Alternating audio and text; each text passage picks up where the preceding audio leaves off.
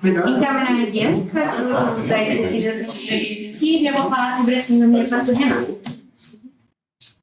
Começando pela definição, a síndrome hepatorenal é uma disfunção renal reversível num paciente com cirrose avançada ou uma hepatite fulminante, sem nenhuma outra causa relacionada a isso. Igual o doutor já falou, a maior mortalidade de uma síndrome hepatorenal é extremamente elevada, cerca de, assim, com 100% dos doentes vão falecer em cerca de 2 anos após uma síndrome hepatorenal.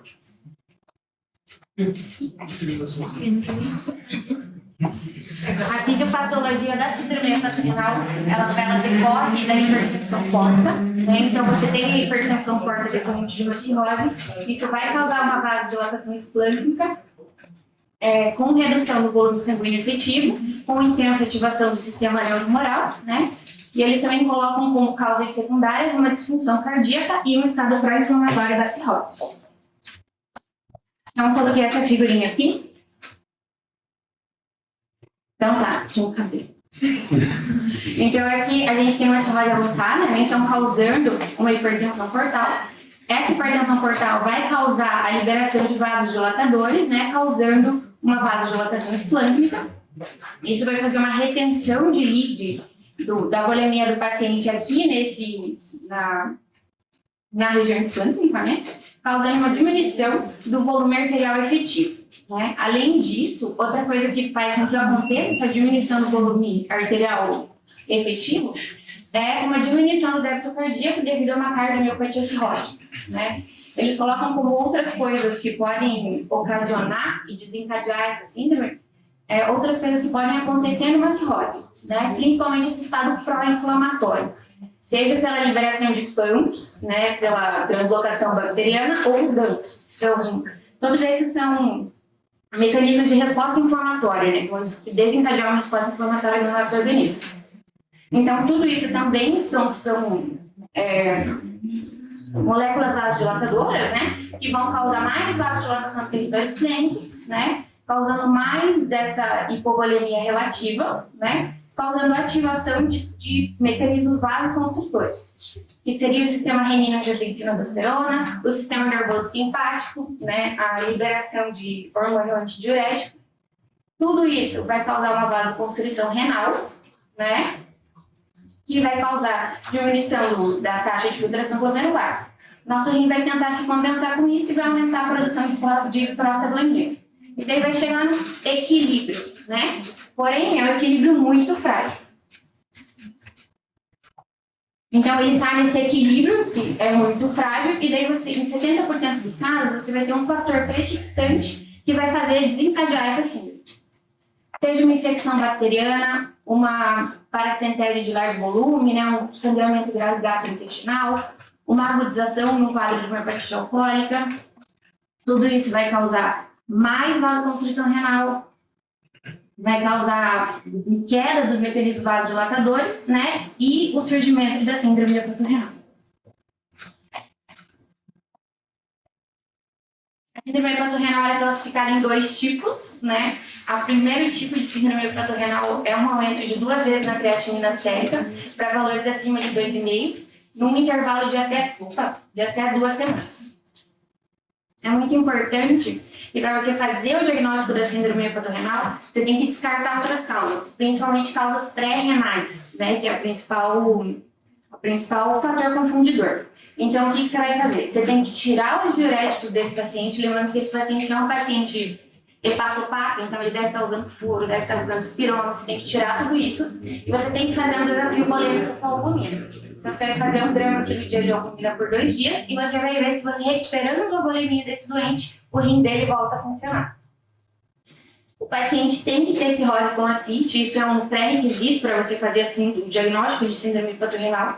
O paciente não pode estar chocado, porque isso também vai ser confundidor, porque vai fazer hipoperfusão renal.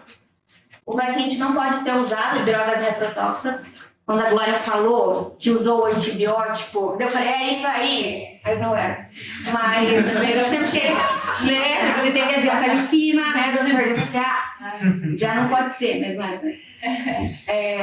E também você não pode ter uma doença renal estrutural. Então, para você fazer diagnóstico da síndrome hepatorenal, você precisa de um parcial de urina. Porque você tem que ter ausência de proteinúria, você não pode ter hematúria e você tem que ter uma ultrassom renal para excluir uma causa renal de doença. A síndrome hepatorenal tipo 2, ela tem que manter os mesmos critérios de antes, né, excluindo causas renais intrínsecas, mas ela é um aumento mais gradual da creatinina ao longo de 14 dias ou mais. Em 2015, você teve uma atualização do Clube Internacional da CIT, da classificação, incluindo os novos critérios de insuficiência da fadiga. Né? Então, eles mudaram a classificação de síndrome hepatorrenal tipo 1 para síndrome hepatorrenal do tipo AC e hepatorrenal tipo 2 para não AC. Então, na síndrome renal do tipo AC, o que eles mudaram foi o quesito da creatinina. Então, agora, você não precisa de uma creatinina maior do que 2,5. Por quê? A creatinina ela é um modo ruim de medir uma disfunção renal num doente hepatopata. Por quê? Eles são sarcopênicos, então essa creatinina vai demorar para subir, né? Quando o paciente tem uma hiperbilirrubinemia, também é difícil você dosar essa creatinina pelos métodos laboratoriais. Então, você esperar a creatinina subir para 2,5, você acaba fazendo um diagnóstico muito mais tardio, né? Então, por isso que eles mudaram isso. Então, é um aumento de 0,3 na creatinina séria em 48 horas, ou um aumento de 1,5 vezes o basal. O restante, eles mantêm a mesma coisa. E a síndrome não AC, eles classificam em aguda e crônica, né? Então, que é a doença renal aguda. A taxa de filtração glomerular menor do que 60 por menos de 3 meses e um aumento que não chega a ser maior do que 50% na creatinina. E a crônica, uma taxa de filtração glomerular menor do que 60, mas por um tempo mais prolongado. Então, o diagnóstico, eles sempre citam que a síndrome hepatorrenal é um diagnóstico de exclusão, nunca vai ser o seu primeiro diagnóstico, né? Então, a primeira coisa que ele pede para você entrar nesse fluxograma diagnóstico é o diagnóstico de cirrose. Se esse paciente não tem o diagnóstico de cirrose, você vai considerar outras causas de lesão renal. Tá, então se esse paciente tem cirrose, você vai procurar outros sintomas além da cirrose que podem estar causando essa descompensação renal. Você vai ver se esse paciente tem diarreia, se ele está desidratado, se ele está infectado, porque tudo isso você pode excluir a síndrome hepatorrenal. Você tem que investigar essas outras causas. Se o paciente não tem nada ali, eu continuo pensando. Daí você vai definir a creatinina basal. Então, a creatinina basal. Você vai ter um paciente que teve uma creatinina que subiu durante a hospitalização. Então, eu vou ver a creatinina da admissão dele, né, porque eu tenho. E eu tenho no cenário B um paciente que já tem uma creatinina aumentada antes da hospitalização. Eu vou buscar uma creatinina, eles falam uma creatinina até nos últimos 3 meses, para você usar como uma creatinina basal. Se você tem essa creatinina nos últimos 3 meses, você vai usar esse valor como basal. Se eu não tenho, então você vai usar a creatinina de admissão como basal. Sendo que se essa creatinina já for maior do que 1,5 e esse paciente tiver sinais sugestivos de falência renal, você já pode considerar ele como preenchedor dos critérios de creatinina da síndrome hepatorrenal.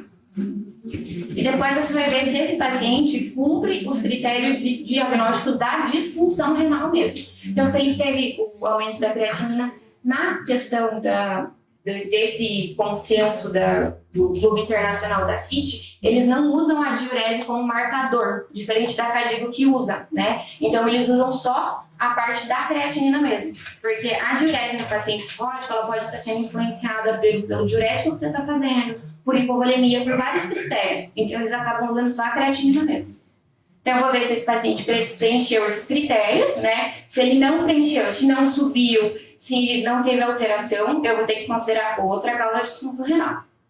Se esse paciente tem os critérios de creatinina, eu vou ver se ele preenche os critérios de hepatorrenal. Então, eu vou ver se eu vou parar o diurético, eu vou fazer reposição com albumina, eu vou ver se esse paciente tem uma causa tem uma cirrose mesmo, eu vou preencher todos os critérios de antes, né? Se esse paciente não preenche isso, eu tenho que considerar outro diagnóstico. E só se eu tiver um paciente que preenche tudo isso, eu posso fazer um diagnóstico de síndrome hepatorrenal.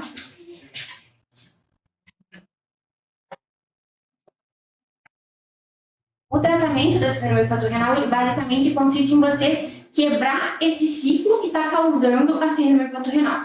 Então, eu vou restaurar a volemia desse doente para eu diminuir essa hipoperfusão relativa que vai fazer a liberação de vasoconstritores. Eu vou aumentar a resistência vascular, principalmente da vasodilatação que está ocorrendo no território esplâncnico. Eu vou aumentar o fluxo sanguíneo renal para eu parar de produzir essa resposta neuromoral, né? E eu vou diminuir a hipertensão pórtica. A base do tratamento da terapia da síndrome hepatorenal é você restaurar a volemia. Você restaurando a volemia, você diminui a hipoperfusão renal e você quebra a cascata. Então, é a base da terapia. A gente sabe que, então, o doente renal hepatopata, ele vai ter vários motivos para estar hipovolêmico, né? Então, ele vai estar usando diurético, ele pode estar infectado, ele pode ter sangrado, ele pode ter feito uma HDA, ele tem varizes de esôfago, ele tem varizes de fundo gástrico.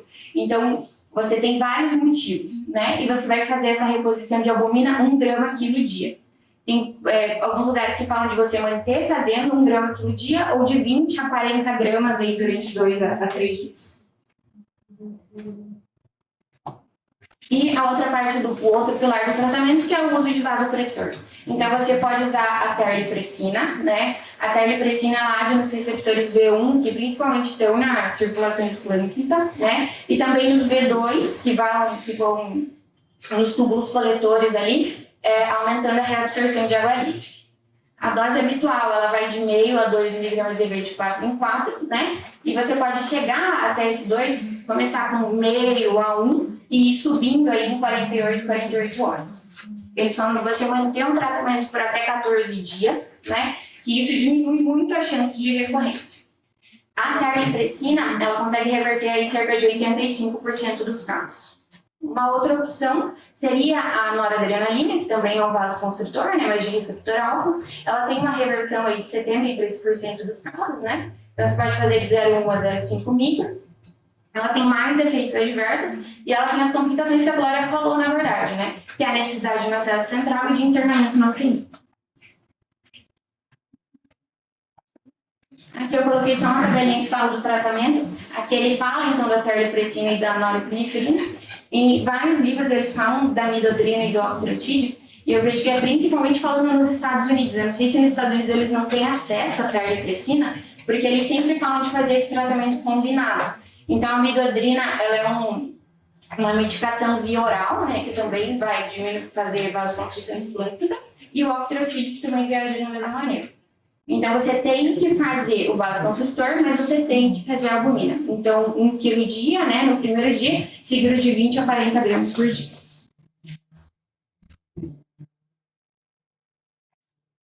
E na realidade, como é uma doença extremamente grave, esse paciente não tem resposta a essas medidas iniciais, você vai tentar tratamentos um pouco mais agressivos na instrução de segunda linha, né? Que seria a confecção de um TIPS, né, que é um shunt intrahepático, que vai basicamente fazer você vai derivar o fluxo que está em alta pressão para um lugar que está com menos pressão, né? E com isso você vai diminuir o hiperfluxo esplâncnico.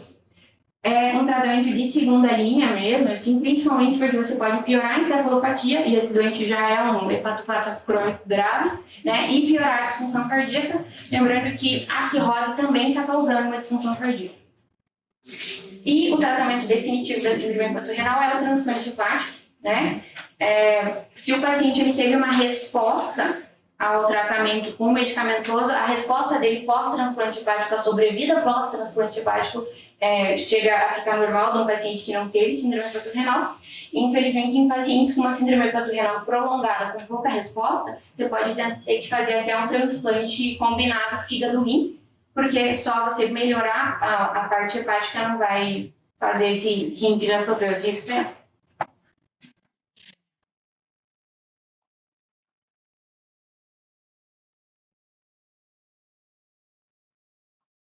Tudo bem. Alguém quer fazer alguma consideração? A terlipressina não tem nos Estados Unidos. Todos os trabalhos da Europa, da Ásia. E aqui não tem, né? Eles falam Não é mais liberado nos Estados Unidos.